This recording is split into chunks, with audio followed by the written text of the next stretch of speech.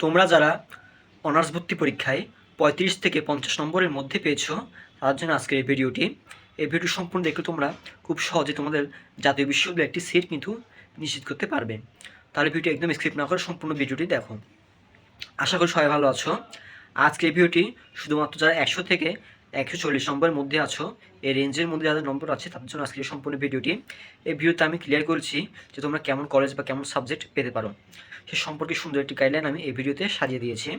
আর video শেষে কিন্তু আমি একটু খুব গুরুত্বপূর্ণ একটা চমৎকার টেকনিক বলে দেবো, যে টেকনিকটি অনুসরণ করলে তোমরা খুব সহজে একটি সাবজেক্ট পেয়ে যাবে। সো ভিডিওটি স্কিপ না করে সম্পূর্ণ দেখো। তোমরা যারা 100 থেকে 40 নম্বরের মধ্যে রয়েছো, তোমরা অনেকেই ভয়ে আছো যে ভাই আমি কি একটা সিট পাবো জাতীয় বিশ্ববিদ্যালয়ের আন্ডারে। আমি বলবো অবশ্যই পাবা। হ্যাঁ, টপ লেভেল কলেজ হয়তো তোমার চান্স পাওয়াটা একটু টাফ হবে, বাট আমি বলবো একদম ইম্পসিবল সেটা নয়। দেখো, অনেকেই ইচ্ছে থাকে যে একটা ভালো কলেজে ভালো সাবজেক্টে আমরা অনার্স শেষ করবো, বাট সবার নাম্বার, সবার জিপি মার্ক সে তুলনায় যায় না। সো তারা সেখানে অনার্স করতে পারে না। বাট একদম যে একটা সিট পাবো না জাতীয় বিশ্ববিদ্যালয়ে সেটি কিন্তু নয়। অবশ্যই ভালো সিট পাবো, ভালো সাবজেক্ট আশা করতেই পারি। কেমন পাবো সব কিছু এ থাকছে এই ভিডিওতে। অনার্স ভর্তি পরীক্ষায় যারা 140-এর নিচে পেয়েছো, তোমাদের সম্পূর্ণ সবার আগেই বলে দিই আমি, তোমরা যারা Carmichael college Rangpur, Chittagong college Chittagong, Rajshahi college ইত্যাদি নামকরা কলেজে তোমরা ভর্তি পরীক্ষা দিয়েছো 130-40-এ, সেখানে চান্স পাওয়া আসলে একটু কষ্টসাধ্য। বাট তোমাদের একটা সুযোগ আছে, রিলিজ স্লিপ তোমাদের চয়েস করতে হবে এটা স্ট্র্যাটেজি মেনটেন করে। তোমরা যদি আবারও সেই সেম ভুলটা আবার করো, তোমাদের পয়েন্ট কম, তোমাদের এমসিকিউ নাম্বার কম এসেছে, তুমি আবার চয়েস দিচ্ছে কি রাজশাহী কলেজ, কারমাইকেল কলেজ ইত্যাদি নাম করা টপ লেভেল কলেজগুলোকে তুমি যদি তারপরে এক নম্বর দিয়ে রাখো রিলিজ স্লিপেও গিয়েও, তাহলে তোমরা একটা চরম ভুল করতে যাচ্ছ। আমি বলবো তোমরা এই ভুলটা আর রিলিজ স্লিপে গিয়ে করবা না।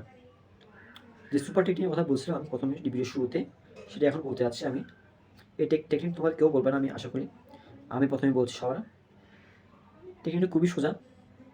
তোমরা যে 120 থেকে 40 এরকম রেঞ্জের মধ্যে নাম্বারটা পেয়েছো, তোমাদের খেয়াল থাকবে একটা সাবজেক্ট, একটা সিট একটা জাতীয় বিশ্ববিদ্যালয় আন্ডারে নিশ্চিত করা। তার জন্য তোমাদের একটা সহজ কাজ করতে হবে।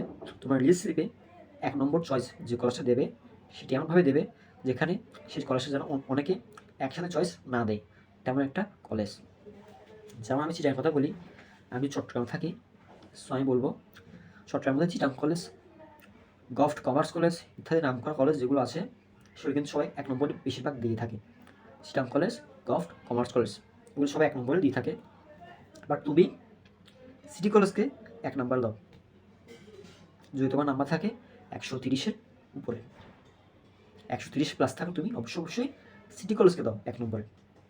কারণ দেখো, তুমি একটা বাস ভর্তি যাচ্ছে, সেখানে সবাই উঠতে যাচ্ছে, কারণ বাসটা সবার আগে যাবে, কিন্তু সবাই কিন্তু এখানে সিট পাবে না, কারণ অলরেডি বাসটা কিন্তু ভর্তি হয়ে গিয়েছে।